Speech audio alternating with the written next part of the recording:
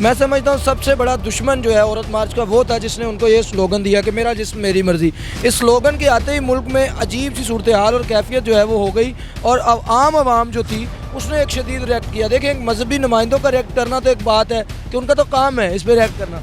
एक आम आवाम जो जनरल पब्लिक थी उसने रिएक्ट किया कि मेरा जिस्म मेरी मर्ज़ी, ये क्या मतलब है। नारे को अगर वो इस तरह से कहती कि मेरी ज़िंदगी मेरी मर्ज़ी तो कितना अच्छा लगता, बुरी तो नहीं लगता। आपकी ज़िंदगी आपकी मर्ज़ी है। बड़े बड़े आला मनासिब पे जो हैं वो ख़वातीन बैठी हुई हैं। उनमें अगर आप पुलिस के इदारे देखें वहाँ पर ख़वातीन मौजूद हैं। ट्रैफिक वार्डन्स जो हैं वो भी अब लेडीज़ आ गई हैं। इसके अलावा एयर होस्टेस जो हैं वो लेडीज़ हैं और बस होस्टेस लेडीज़ हैं। ये तो छोटा मोटा मामला, हर जगह पे आर्मी में भी तो लेडीज़ हैं ना ऑफिसर्स। सीनियर खातून थी, उन्होंने ट्वीट की कि मर्दों के माशरे में मर्दों से बचने के लिए औरत को एक मर्द की ही ज़रूरत है।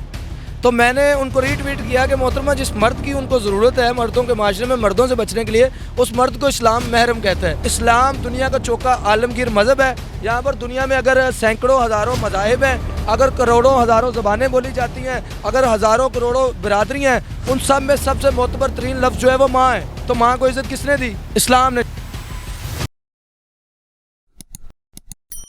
बिस्मिल्लाहिर्रहमानिर्रहीम, अस्सलाम वालेकुम नाज़रीन, आपका मेज़बान ज़ीशान अलबानी आपकी खिदमत पे हाजिर है और आप देख रहे हैं पायनियर फर्स्ट न्यूज़। नाज़रीन, 8 मार्च को हर साल जो है कुछ ख़वातीन दिन मनाने के लिए जो है बाहर निकलती हैं रोडों पर और बेहुदा नारे लगाती हैं और प्ले कार्ड उठाए जाते हैं जिसमें वो नारे होते हैं जो देखने के काबिल नहीं होते। मेरा जिस्म मेरी मर्ज़ी, इस हवाले से हम बात करेंगे। हमारे साथ मौजूद है मारूफ सोशल एक्टिविस्ट शारिक अली, से बात करते हैं। अस्सलाम वालेकुम। वालेकुम अस्सलाम सर, कैसे हैं? खैरियत से हैं? अल्हम्दुलिल्लाह। शारिक साहब, आप बताएं कि मेरा जिस्म मेरी मर्ज़ी और 8 मार्च भी आ चुका है और आप इस हवाले से बड़े मशहूर हैं और ख़वातीन के हकूक़ के हवाले से बड़ी बात करते हैं।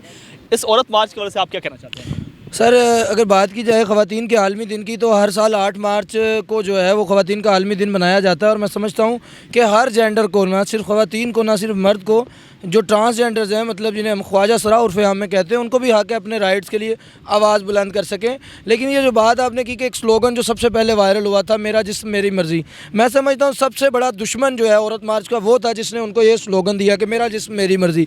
इस स्लोगन के आते ही मुल्क में अजीब सी सूरत हाल और कैफियत जो है वो हो गई और अब आम आवाम जो थी उसने एक शदीद रिएक्ट किया। देखें, एक मजहबी नुमाइंदों का रिएक्ट करना तो एक बात है कि उनका तो काम है इस पर रिएक्ट करना। एक आम आवाम जो जनरल पब्लिक थी उसने रिएक्ट किया कि मेरा जिस्म मेरी मर्ज़ी, ये क्या मतलब है। अगर इसी नारे को अगर वो इस तरह से कहती कि मेरी ज़िंदगी मेरी मर्ज़ी तो कितना अच्छा लगता, बुरी तो नहीं लगता। आपकी ज़िंदगी आपकी मर्ज़ी है, मतलब आपकी ज़िंदगी पे आप पे कोई इजारादारी नहीं कर सकता। या वो कहती कि मेरी शादी मेरी मर्ज़ी से। इस्लाम ने राइट दिया कि खातून को बेटी को पूछो, बहन को पूछो कि क्या तुम फ़लाँ शख्स से शादी में तुम्हारी करना चाहता हूँ, निकाह करना चाहता हूँ, तुम्हें कबूल है या नहीं। तो मेरा ख्याल है कि मेरा जिस्म मेरी मर्ज़ी वाला जो कॉन्सेप्ट था, उस शख्स ने जिसने भी इनको इनके दिमाग में फीड किया था, उसने औरत मार्च का एजेंडा जो है उसको शदीद तरीके से तहस नहस करके रख दिया है। और अगर ये निकली भी हैं औरतों के हकूक़ के लिए तो अभी तक 6 साल होने वाले हैं या 7, गालिबन 7 सालों में इनका जनरल पब्लिक तक जो है एक पर्सपेक्टिव जो है एक अच्छा नहीं बन सका।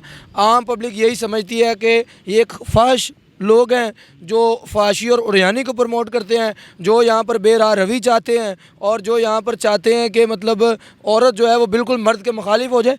ऐसा नहीं है। अगर आप फेमिनिज़म ही समझती हैं तो फेमिनिज़म डजंट मीन्स कि आप एक मर्द के ख़िलाफ़ हो जाएं। फेमिनिज़म में आप अपने लिए हक़ के लिए बोलें। अगर पाकिस्तान की बात की जाए तो पाकिस्तान से कौन सा बेहतर मुल्क है जहाँ पर ख़वातीन को हक़ मिल रहे हैं। आप यहाँ का और बाकी मुल्कों का लगा कर देखें कि वहाँ पर कितने जुल्म हो रहे हैं, यहाँ पर कितने हैं, तो आपको फ़र्क पता चलेगा कि यहाँ पर अभी भी शदीद यहाँ पर मसाइल हैं। अभी भी जो है अल्हम्दुलिल्लाह औरत यहाँ पर महफूज है। ये सामने सड़क है, अगर हम यहाँ पर खड़े होते हैं एक प्रैक्टिस के लिए तो यहाँ पर आप देखेंगे कि अगर 10 गाड़ियाँ गुजर रही हैं तो उनमें एक बाइक चलाने वाली लड़की भी होगी और अगर गाड़ी चलाने वाली है वो भी 2 से 3 आपको ख़वातीन मिल जाएंगी। एक लड़की अगर बाइक स्कूटी चला रही है, इट्स मीन कि वो आज़ाद ही है ना। इससे ज़्यादा आज़ादी क्या आप चाहती हैं। तो मेरा ख्याल है कि इस मुल्क में ख़वातीन को आज़ादी है, बोलने की आज़ादी है, बात करने की आज़ादी है। बड़े बड़े आला मनासिब पे जो हैं वो ख़वातीन बैठी हुई हैं। उनमें अगर आप पुलिस के इदारे देखें वहाँ पर ख़वातीन मौजूद हैं। ट्रैफिक वार्डन्स जो हैं वो भी अब लेडीज़ आ गई हैं। इसके अलावा एयर होस्टेस जो हैं वो लेडीज़ हैं और बस होस्टेस लेडीज़ हैं। ये तो छोटा मोटा मामला, हर जगह पे आर्मी में भी तो लेडीज़ हैं ना ऑफिसर्स। अच्छा शारिक साहब, मुझे ये बताएं कि एक नारा होता है कि खाना खुद गर्म करें और वह खातून कह रही है अपने बाप को, जिस बाप ने बड़े नाजों से पाला और मेहनत मशक्क़त की, यकीनन मेहनत मजदूरी करके जो है ना अपने बच्चों को पढ़ाया, लेकिन जब बच्चे बड़े हुए और फिर इस तरह का नारा। मेरे मुल्क में ना एक आम तौर पे आप देखते हैं यहाँ पर लव अफेयर्स बड़े होते हैं। किसी नामहरम के कहने पर उसकी 4 दिन की मोहब्बत में यहाँ पर लड़कियाँ फ़लाँ लड़के से बोलना छोड़ देती हैं, कज़न से हाथ में लाना छोड़ देती हैं, उसकी तरफ देखना छोड़ देती हैं, जो होता है। लेकिन बाप के कहने पे जो है वो दुपट्टा नहीं लेंगी। यार ये कौन लोग हैं जो लड़कियों को, बच्चियों को जो है इनकी माइंड्स ब्रेनस्टॉर्मिंग कर रहे हैं और उनको ये कह रहे हैं कि अपने महरमों की। मैंने कभी पिछले दिनों एक ट्वीट पढ़ी, एक सीनियर खातून थी, उन्होंने ट्वीट की कि मर्दों के माशरे में मर्दों से बचने के लिए औरत को एक मर्द की ही ज़रूरत है। तो मैंने उनको रीट्वीट किया कि मोहतरमा जिस मर्द की उनको ज़रूरत है मर्दों के माशरे में मर्दों से बचने के लिए, उस मर्द को इस्लाम महरम कहता है। वो भाई भी हो सकता है, वो बेटा हो सकता है, वो बाप हो सकता है, वो शोहर हो सकता है। आप इधर अभी भी हम जहाँ पे बैठे हुए हैं यहाँ पर आपने देखे हैं ना 2 4 5 कपल तो आपको नज़र आए हैं। वो लड़कियाँ जो बैठी हुई हैं वो अपने शोहरों के साथ तो नहीं इधर दरख्तों की ओट में पीछे छुप कर बैठी हुई, किसी नामहरम के साथ ही बैठी हुई हैं। फिर जब एक नामहरम के साथ आप इस तरह के करते हैं मामलात तो आपका नुकसान तो होने के चांसेस हैं। तो मेरा ख्याल है कि आप आहिस्ता आहिस्ता चीज़ों को जो है समझने की कोशिश करें।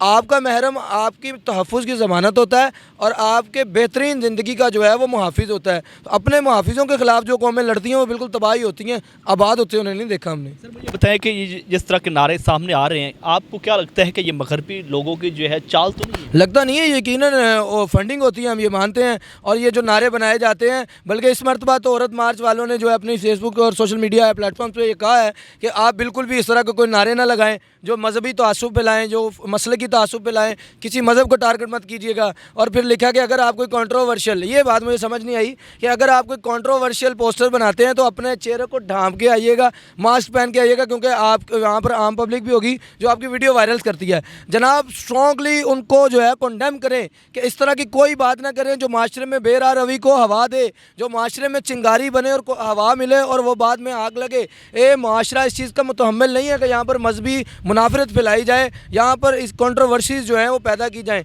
आपसे ये दरख्वास्त करते हैं कि आपने अगर बात करनी है औरत के हकूक़ की, जायदाद की बात कीजिए, औरत को विरासत में हक देने की बात कीजिए।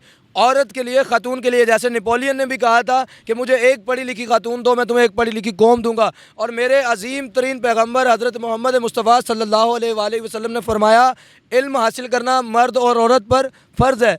आपने तफरीक नहीं की, आपने औरत भी फरमाया। आपने बेटी की इज़्ज़त का ये मकाम था कि आप सल्लल्लाहु अलैहि वसल्लम जब भी सैयदा कायनात सलामुल्लाहि अलैहा को देखते तो आप खड़े हो जाते, उनके तक़द्दुस में उनका वेलकम करते। और यहाँ तक कहा जाता है कि वो अपनी चादर जो थे बिछा देते और अपनी बेटी को, अपनी दुख्तरे पाक को कहते कि इस पे विराजमान होइए।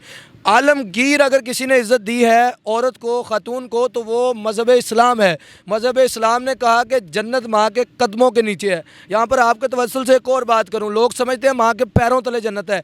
पैरों के तले जन्नत नहीं है, कदमों के, कदम को इंग्लिश में कहते हैं स्टेप्स।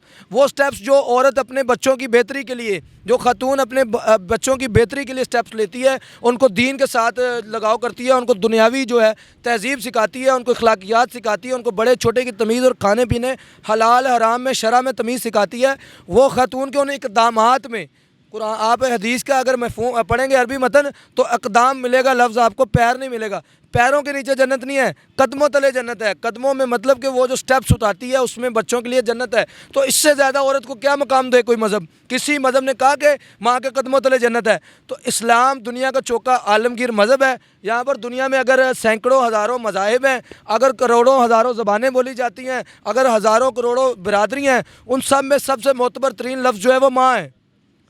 तो माँ को इज़्ज़त किसने दी? इस्लाम ने। इस्लाम ने कहा कि नबी की तमाम बीवियाँ तुम्हारी माएँ हैं, उम्महातुल मोमिनीन है, उनकी इज़्ज़त तुम पर वाजिब है। इस्लाम ने माओं का दर्जा दिया ना उम्महातुल मोमिनीन को। तो इस्लाम जो है उसने हर चीज़ का, इस्लाम ने अगर कहा कि आप घर से बाहर मत निकलिए, नबी की बीवियों के लिए कुरान में फरमाया। नबी की बीवियों को अगर अल्लाह ताला मना करता है तो तुम लोगों की क्या ज़रूरत है? ग़ुलाम नबी दी बुढ़ी दी की ज़रूरत है कि ये देखें जो इस तरह की ख़वातीन बाहर निकलती हैं और बेहुदा नारे लगाती हैं, प्ले कार्ड उठाती हैं, इनको रोकथाम कैसे किया जाएगा? यार रोकथाम करना तो ये मुअज़्ज़िज़ीन का काम है, आला हुकाम का काम है। मैं आप जो हैं वो तो अपना एक किरदार अदा करते हैं। जैसे हज़ूर करीम ने फरमाया कि ज़ुबान से रोको, हाथ से रोको या दिल में बुरा को। हम दिल में भी बुरा कहते हैं और ज़ुबान पे भी ऑन कैमरा भी इनको बुरा कहते हैं, लेकिन इनको रोकना जो है वो आला इदारों का काम है, मेरा और आपका नहीं। हम आवाज़ बनेंगे, आवाज़ जनरल पब्लिक तक पहुँचाएँगे। और अगर ये रुकना नहीं चाहते तो अपने आप को ठीक कर लेना। एजेंडा अपना ठीक कर लें, औरत के हकूक़ के लिए बात करें। डोमेस्टिक वायलेंस की जितनी जो आपको मिलेंगे जो सारे मामला एलीट क्लास में मिलेंगे। कोई फ़लाँ बच्ची थी, एलीट क्लास के घरों में ये जो औरतें आती हैं सारी एलीट क्लास की होती हैं, मतवसत तबके से तो होती नहीं। इनके घरों में चाइल्ड लेबर होती हैं, छोटी बच्चियाँ काम कर रही होती हैं। कितनी उन्हें आवाज़ उठाई, और साल में एक दिन आके ख़ातून की जो है वो हुर्मत और पासबानी और तक़द्दुस के लिए बातें कर लेना, ये पानी में जो है ना वो पकोड़े तलने वाली बात है। ऐसे नहीं होने वाला कुछ। आपको आना पड़ेगा, प्लेटफॉर्म्स पे आना पड़ेगा। ख़ातून को इस वक्त आप पाकिस्तान में ये भी देखते हैं कि सिंध में जो है 18 साल और पंजाब में 16 साल कम से कम उम्र है शादी के लिए। कम से कम नहीं, मैं तो कहता ज़्यादा से ज़्यादा 18 साल कर दें। बच्ची को चाइल्ड मैरिजेस से बचाएं, बच्चियों को टॉर्चर से बचाएं, बच्चियों को जो है वो तालीम दें। सबसे बड़ी बात ही तालीम है। और आप आगे खाना खुद गर्म कर लो, जराबें खुद ढूंढ लो बैठ गई, whatever you are doing, इससे माशरे में ना इन्फ्लुएंस पैदा होगा, ना इम्पैक्ट पैदा होगा, ना कोई बेहतरी आएगी। थैंक यू नाज़रीन, आपने गुफ्तगू सुनी इशारे खली की, जो कि मशहूर सोशल एक्टिविस्ट है। उनका कहना है कि ये जो सूरत हाल बनी हुई है इसको रोकना जो है वो बहुत ज़रूरी है। आप इस हवाले से क्या कहना चाहते हैं अपने कमेंट सेक्शन में इज़हार कर सकते हैं। अपने मेज़बान ज़िशार अलवारी को पायनियर वर्ल्ड न्यूज़ से इजाज़त दीजिए। अल्लाह निगहबान।